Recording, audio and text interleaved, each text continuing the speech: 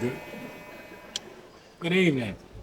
I'd like to introduce myself. I'm Alton Mitchell. We are with the NABBA Barber Board representative. What's your name, sir? I am Paul Robinson. I'm president of the National Association of Barber Boards of America. Great. Now, can you tell our viewers what does NABBA stand for? The National Association of Barber Boards of America is an organization that represents the barber boards of America, of the country.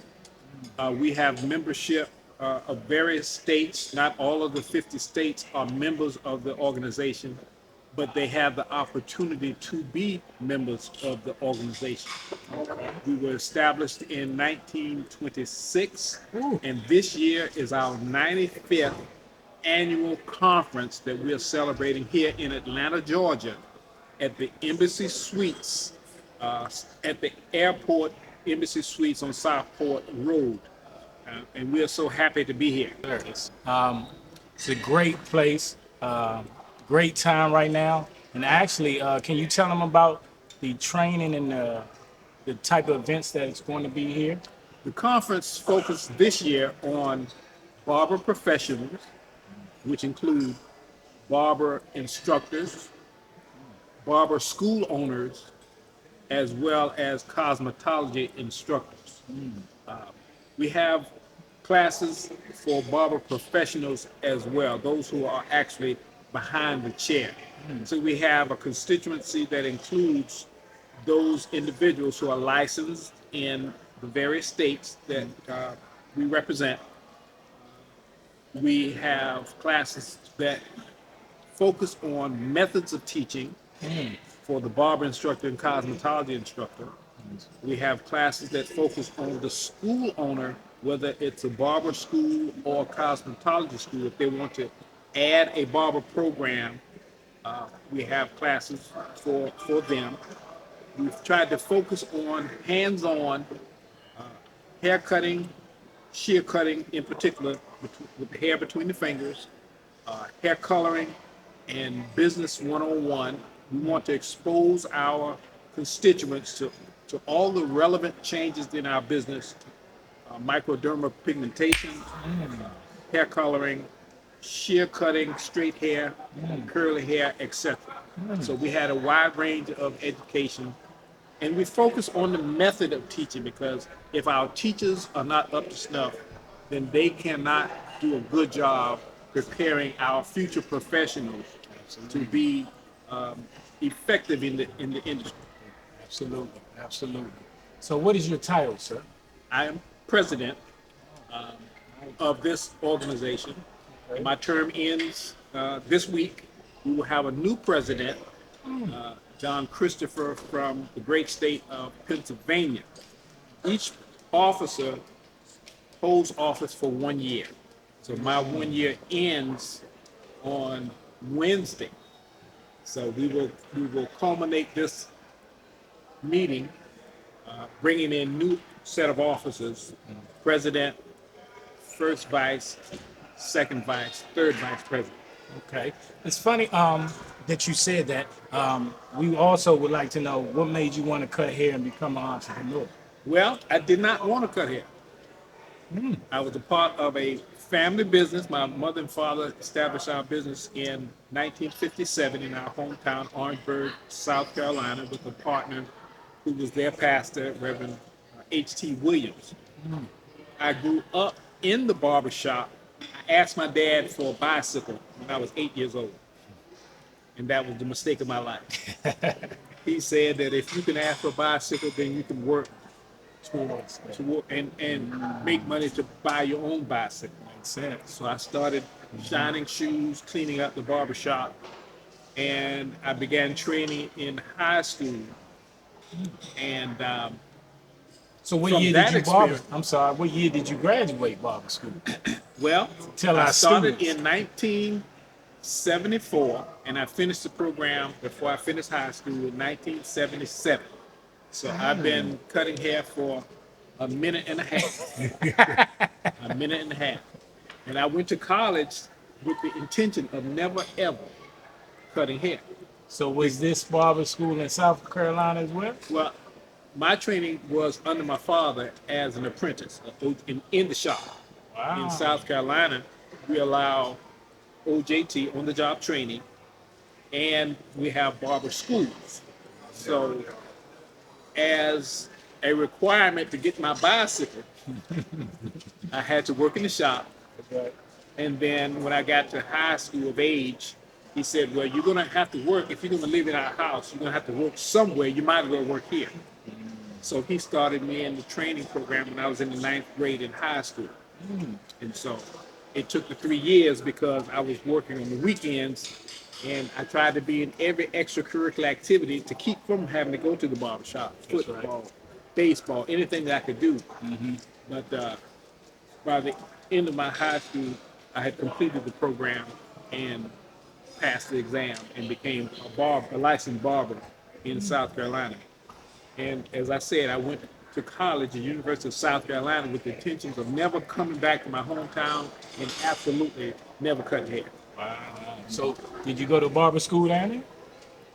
I went to the barber school, was in the barber shop, Oh. OJT. Wow. Then I went to college thinking I'm going to be a professional guy, white collar employee. Okay. So I went to, upon graduating from college, there was a recession in 1982. None of my friends were getting jobs in their degree area. And so I was in the situation, my degree area, the starting salary was less than what I was making cutting hair on the weekends in our barbershop. So I decided, well, look, if my dad could make a go of it, mom and dad, at that point put 2 people through college. I had 1 sister behind me. And having gone to the Bronner shows and seeing the African American millionaires of the day, the Johnson family, the Bronner family, and others, I said, well, I think I can make a go of this. And I went to beauty school after college and then joined the family business once I completed beauty school. And I went to beauty school here in Atlanta at Minosa Beauty School prior to going back home and joining the family business. So talking to our barber students, we got Wake Tech, Wake Technical College. Our students are Right. Raleigh, North Carolina. Okay. Go Eagles. Can you give them, let's say, a barber school or a barber story that's somewhat funny or something that sticks out to you that? Yeah. I didn't go to barber school. I trained under my father in the barber shop. He put me next to him in the barber chair. So my chair was next to his. His instructions to me that he would show me a technique one time. Now, mind you, I had been shining shoes and sitting by his side all those years watching him, but he was going to show me one time, and that was going to be it. When I got a chance to work on a client, and it was going left, and I needed him to bail me out on the haircut, he would stop with his client. He would come to my chair and tell me to come closer. I need to tell you how to fix this. I knew what he was going to do. And he said, no, that's not close enough. Come closer. He would stand on my foot. He was 230 or 40 pounds. And put his weight on my foot and tell me, are you listening? I'm going to show you this one more time. And while he was applying his full weight on my foot and showing me the technique he wanted me to grasp, and at that point it was fading, putting a clean line in, blending that line in. And he fixed the haircut while standing on my foot and pantomiming to me the instructions. that was the I've only found one other person that happened to, and he's a world-renowned barber. But it got my attention, and I focused from that point forward on learning the technique that he was trying to teach me. Well, while we had that, we're gonna go to a commercial, pay some bills. But we have Mr. Robinson here, President, NABBA Barber Association. We are back with Mr. Paul Robinson, NABBA President. So, coming back to our questions, I'd like to ask you, you say your father was very relevant in your life with your barbering, um, building up. Uh, how is he now? Or can you talk a little bit about it? I could talk about him now. He has gone on to be with the Lord, but he and I had a very close relationship. Matter of fact, from age 8 forward, I spent more time with him at the barbershop than I did my mom. And so we had a very close relationship. So I hear him all the time telling me, directing me, as I'm reminded of the things that he would say and do, because they were hilarious for myself and my sisters. I have 2 sisters. None of them are in the business. Right. So, yeah. So, good question. So, if your dad was here right now, walking around here, seeing you in that Indian BBA, so profound, where you at right now? Right, right. What would he say to you? I think he would be proud. He would tell me what he always told me: save your money, treat people good, treat people right, work hard, take care of your family. As a matter of fact, that was his deathbed statement to my siblings and I and my children. The last words he told us: take care of your family, go to work, do your best, treat people right, save your money, keep God first. Good rules and father. So, that is what I try to do. I'm not as good as he was, but I do my very best. Of course, I've had opportunities that he didn't have. I like to look at it as I've taken it one step forward, and we have a son that is in the business now. Oh, nice. Hopefully, you meet him tomorrow. Oh, nice. Trying to get him to take the steps he needs to take so that he can take care of himself, his family. Makes sense. Just knowing you from today and us having our conversations on Instagram, I'm sure your dad would be proud of you. Definitely would. Can you tell us a little bit how your first experience was in the barbershop? Some of the students? Yeah. Coming up in a family business, the expectations were just high. On top of that, I was named after my father. And I tell all my friends, I don't know what's harder, being named after your father and he's a good man, or having the name of your father and he's a bad man. They're both difficult for a second generation. And for African Americans, you don't really get a lot of opportunities in business to have a second or third generation where the business continues after the death of the founder or owner of the business. True. Okay. There were so many funny things. He would be hard on me, but appeared to have grace and mercy for some of the other barbers who fallen short. And so I thought that was hilarious because he's riding me like a swayback mule, and then he's letting these guys slide. Like a rat. I'm saying, this is not fair, but all the while he's building me up. That's right. That's right. I saw what was going on with other barbers because we got as big as 3 locations, 17 barbers. So I saw what was failing in in their respective lives. But that gave me an example on the left hand and the right hand of which way I would go. And even some of the barbers would tell me, say, look, I know you see what I'm doing. Don't do this. Okay. And I saw that we either weren't handling money well, or they were trying to maintain multiple households, or they were not coming to work. They weren't improving their skill sets. All the while, we were trying to educate. Dad was co-signing for cars, for houses, and all this to help build them up.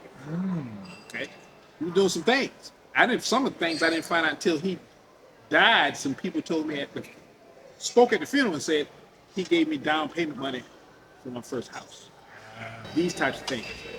And I wanted to tell the funeral home director, open this casket up because Let me get that money. let me see if this the same guy that was stepping on my foot and had his foot on my neck. Okay, but that put me in a position that I could help those who we employed afterwards. Okay, and I'm doing the same types of things, helping. I'm not co-signing for anybody, but I'm helping them understand the importance of taking care of their money, building credit, paying your bills on time, these types of things. And if you have given your word, keep the word. So you going over the same moral values like your dad did? Yes, I mean, what has changed? That's I right. mean, what determines a good man? The same character traits that determines a good business person. That's right. There's one exception. Emotion and business, Don't mix. friendship and business don't mix. Yes, sir. I agree. Business is business. And once you get out of school, if you have not learned how to manage your finances, your best bet is not to open a shop. Take your first 3 or 4 or 5 years, work in a location that is going to be beneficial to you while you get your act together.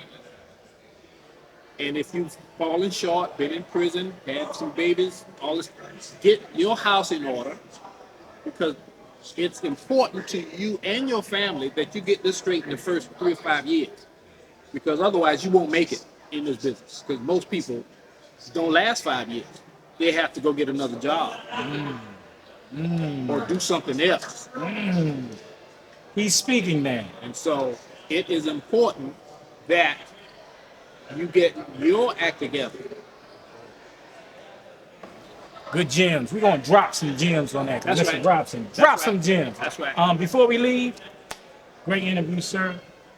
We would like for you to let us know, how do you feel about the barber industry right now? Barber industry has been on fire the last 6 or 7 years for a number of reasons. We have new services that are coming in. We have a new attitude in the industry. In other words, the barber business is moving out of the hood and moving into retail areas. You cannot take hood behavior into the mall or strip mall. You have to change your conduct, your business practices. The shop needs to be clean. You have to come to work on time. Then you can charge prices that are commensurate with professionalism that you bring to the table. I agree. You must advance yourself. Once you finish school, you need to invest in yourself in education for the next 3 to 5 years. I spent $5,000 a year after I finished cosmetology school to gain new skill sets. I'm still gaining new skill sets. I'm doing hair replacements, etc. Took a class in Florida, about to take another class down here in a couple of weeks. Okay. Facials, premium services. Men will pay the price for specialty services. If you are professional, timely, you respect their time.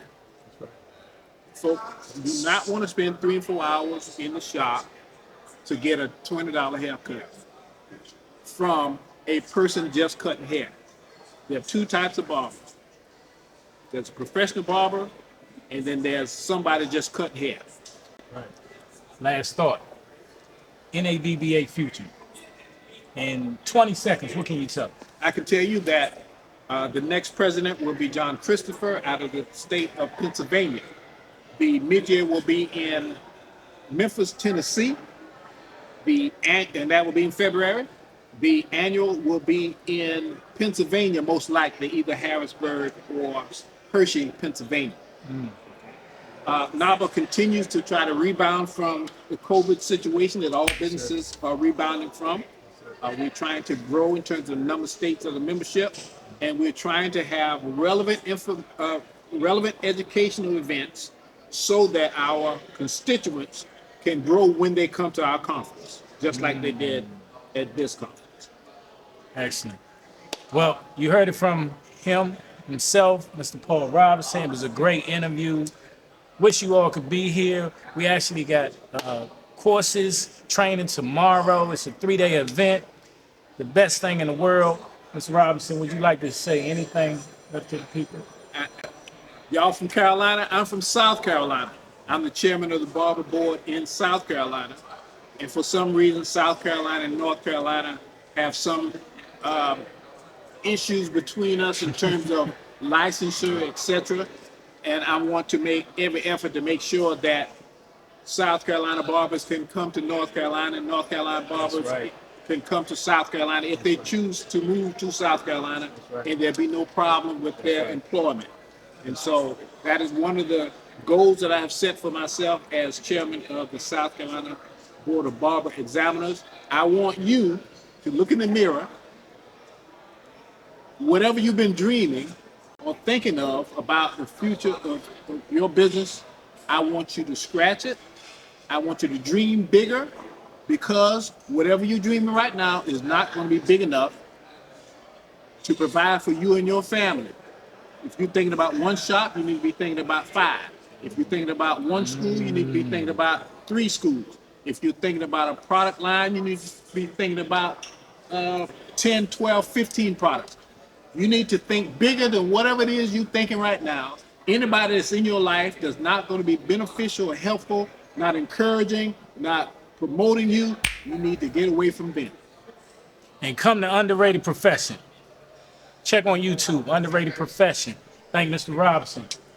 Thank you, brother. Anytime. We're going to follow you. Anytime. NABBA, put it on your list. That's YouTube. right.